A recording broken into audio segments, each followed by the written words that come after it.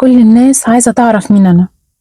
طبعا مش كل الناس على أساس إن أنا حاجة مهمة قوي يعني، بس أي حد بيظهر على السوشيال ميديا جديد الناس كلها بتبقى عايزة تعرف تفاصيله وعايزة تعرف هو مين. فأنا طلعت في الفيديو ده عشان أقول كل حاجة ومش هعيدها تاني، في حاجات هقولها ومش هعيدها تاني، وهقول ردود أفعال بتاعتي يا ريت الناس تحمي نفسها منها. طبعا ده مش لكل الناس، دي الناس مخصصة وهتعرفوا مين هم. أنا دعاء، بلوجر لسه طالعة، وطالعة بطريقتي بأسلوبي، لا طالعة أنافس حد ولا طالعة أبقى أحسن من حد. أنا طالعة أبقى أحسن من نفسي زمان، طالعة حاجة جت قصادي بالصدفة وما كانش ليها أي ترتيب. أنا خريجة كلية تجارة، وعلى فكرة على العلم إن أنا كنت صنايع قسم كمبيوتر في الأول. هتقولي لي ازاي من ده لده؟ هقول لكم. كنت صنايع قسم كمبيوتر، اختي ما رضتش تدخلني ثانويه عامه لان قالت لي انت مش هتبقي قدها، وانا الصراحه من الشخصيات اللي ما كنتش قاعده بحب اذاكر، يعني ممكن اذاكر ساعه ب 100 ساعه. فقالت لي لا ادخلي القسم ده كويس، وكان على ايامي انا القسم ده كان قسم ممتاز، كان بياخد اعلى درجات. دخلت المدرسه، وبعد ما دخلت جالي مجموعي كان عالي، بس احنا طبعا صنايع بيبقى اقاليم. بابا الله يرحمه رفض، كان جاي لي هندسه اقاليم. بابا رفض لاني بابا كان بيخاف عليا شويه، فقال لي لا اقاليم مش هينفع، لان كان جاي لي في الصعيد. طبعا وقتها اتدمرت وكانت حالتي النفسيه زي الزفت. المهم دخلت معهد هنا في اسكندريه سنتين، كنت مع اصحابي وكان اهم حاجه ان انا ابقى مع اصحابي. لقيت نفسي هبقى اقل واحده في العيله. جه على حظي التعليم المفتوح في تجاره، اتفتح مش لازم اقعد 5 سنين من دراستي.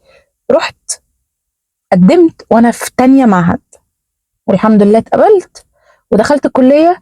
بس بابا وقتها قال لي انا هدخلك المجمع بس بشرط واحد، لان هو كان رافض موضوع المجمع ده. شرط واحد، قلت له ايه هو؟ قال لي لو طلعتي لي بمادة مش هتشوفي الشارع تاني. قلت له اوكي ده انا موافقة. وعديت ال4 سنين، وبعد ما خلصت عملت الدبلومة اللي كانت زي قلتها شهادة بس وخلاص. وقصاد كل ده انا كنت بشتغل، واشتغلت في كل حاجة مش في حاجة معينة، وأنا عندي 18 سنة، لأني طبعا بابايا كان رافض الشغل، بس أنا كنت مصممة على الشغل، إني دايما بحس إن الشغل ده حتى لو مش حاجة كبيرة بس في يوم من الأيام أكيد هنوصل. ده بالنسبة لدراستي. أنا خلاص فاضل لي أيام وهقفل ال33 سنة، وكل فخر ومبسوطة جدا، وأنا مش كبيرة، أنا مهما كبرت في السن هفضل صغيرة. صغيرة من جوايا، ياما في ناس كتيرة جدا صغيرين جدا في السن بس من جواهم كبار قوي من كتر اللي هم شايلينه، او بمعنى اصح مش من كتر اللي هم شايلينه لان انا شايله كتير جدا، بس من كتر ما هم مدخلين نفسهم في مرحله يأس ومش عايزين يطلعوا منها. فانا قررت بعد ما عشت 5 سنين كرب اللي انا كنت قايله عليهم في فيديو قبل كده، كانت بدايه هينفع ادخل في مرحله الحزن تاني. هحزن من جوايا وهتقهر، بس هبقى دايما شايفه ان اللي جاي احسن، لازم اللي جاي يبقى احسن، طول بامر الله لازم يبقى احسن. لاني المرض مسكني ومسك جسمي كله، وحسيت نفسي ان انا كبيره، فبالتالي الكبر مش بالسن، الكبر بالاحساس اللي البني ادم بيحطه لنفسه جواه. تمام. انا مش متجوزه، انا بنوته والحمد لله الذي عافانا مما ابتلى بها غيرنا. ده مبدأ عندي دلوقتي، لاني الحقيقه اللي انا بشوفه دلوقتي مهزله. ويوم ما هقول ان انا خلاص هتجوز، تأكدوا وثقوا 1000000% ان البني ادم ده بني ادم خارق، ان هو قدر يخليني اقول انا هتجوزه، وان انا اقبل ان انا ادخل بيته. مش عشان انا حاجة كبيرة، لا ده انا عشان دي صعبة، وعندي شوية تعليقات بعلق عليها والله المستعان. فعشان ما حدش يجي يقول لي انتي متجوزة حد من اللي شغالة معاهم، انا مش متجوزة حد، كلهم اخواتي واصحابي وانا بحبهم جدا، واحنا دلوقتي بقينا عيله واحده. فانا سنجل لا ارتباط لا ارتباط عاطفي ولا ارتباط رسمي. موضوع السبحه بقى، موضوع السبحه ده اللي انا لقيت ناس كتير فيه بتتفزلك وبتتكلم كلام ملوش اي 30 لازمه.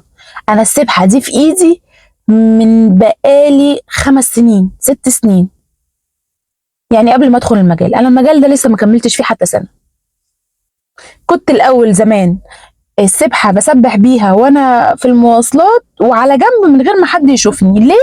عشان الناس ما تقولش عليا ايه ده انت مستشيخه. كنت بخاف من كلام الناس وناسيه اني المفروض ان انا اخاف منه هو ربنا مش الناس. لغايه لما في شيخ انا قعدت معاه واتكلمت معاه قال لي جمله عجبتني قوي. قال لي هو كده ولا كده الناس بتتكلم، شافوكي ما شافوكيش بتتكلم، بس اعملي اللي يريحك وحطي في بالك ان انت طول ما انت ماشيه هتبقي نفسك تشوفي الناس كلها نفس اللي انت بتعمليه عشان انت من جواكي تبقي مرتاحه. وحقيقه بقيت بشوف شباب فانكي قوي ولابسين بنطلونات كاتنج وكده وفي ايديهم السبحه بيسبحوا. دي حاجه كانت بتبسطني جدا لغايه لما اخدت باور اني طز في الناس وطز في اللي شايفيني وطز في اللي هيقولوه. انا اهم حاجه عندي ربنا. انا مش بعمل ده شكل عشان الناس اللي بتقول ان دلوقتي في حد قال لي دلوقتي السبحه بقت موضه. لا يا باشا، انا ما بعملش حاجه موضه، انا بعمل حاجه لنفسي، بعمل حاجه لربنا، بحطها في ايدي عشان منين ما ابقى فاضيه في وقت تصوير، في ان انا في اي حاجه في الشارع في مواصلات اطلعها واسبح، بدل ما انساها في بيت انساها مع حد انساها في مواصلات. لا هي في ايدي. وبعدين عايزه اقول لكم على حاجه، اعملوها، سبحوا كتير على سبحه واعملوا اعداد كبيره وتعالوا قولوا لي ايه احساسكم، هتقدروا تستغنوا عن السبحه دي ولا لا؟ ده احساسي دلوقتي، انا مش قادره استغنى عنها حقيقي، مش قادره استغنى عن ان يبقى موجود. بحس ان انا مطمنه لان انا الحمد لله يعني ربنا يتقبل مني. اهم حاجه ان انا بسبح كتير عليها، دي حاجه ربنا يتقبلها مني.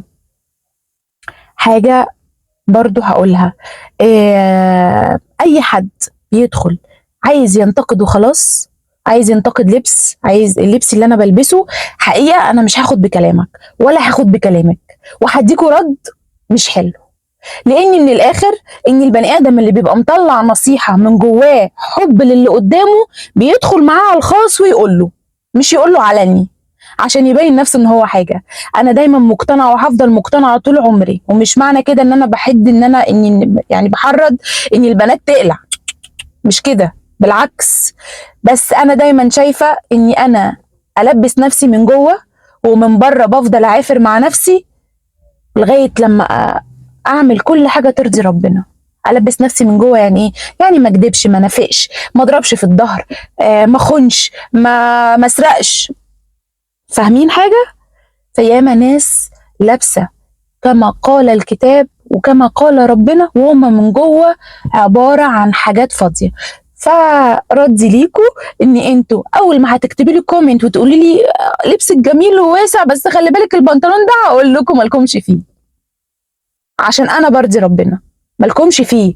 ويا عالم مين فينا اللي اقرب لربنا. ربنا يجعلنا دايما في مراداته ماشيين.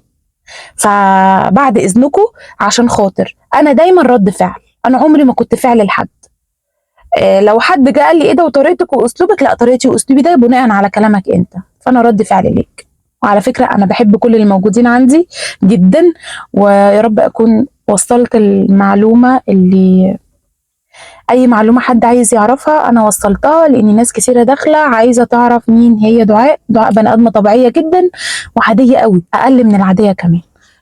لبسي مش بيبقى من حته معينه، والله العظيم انا تلاقوني ممكن اخد من اي حته، مش هيفرق معايا، محل في الشارع بدخله عادي عشان انا بني ادمه طبيعيه عاديه جدا زيكم. جماعه بس المشكله ان السوشيال ميديا البنات بتتجن بيها، فاول ما بتشوف حد طالع ايه ده الله انت جايباه منين، في ناس بقى بتشوف نفسها وفي ناس بتقول ربنا يعني انا مش حاجه، انا حاجه عاديه جدا مش حاجه واو. تمام، انا بحبكم قوي.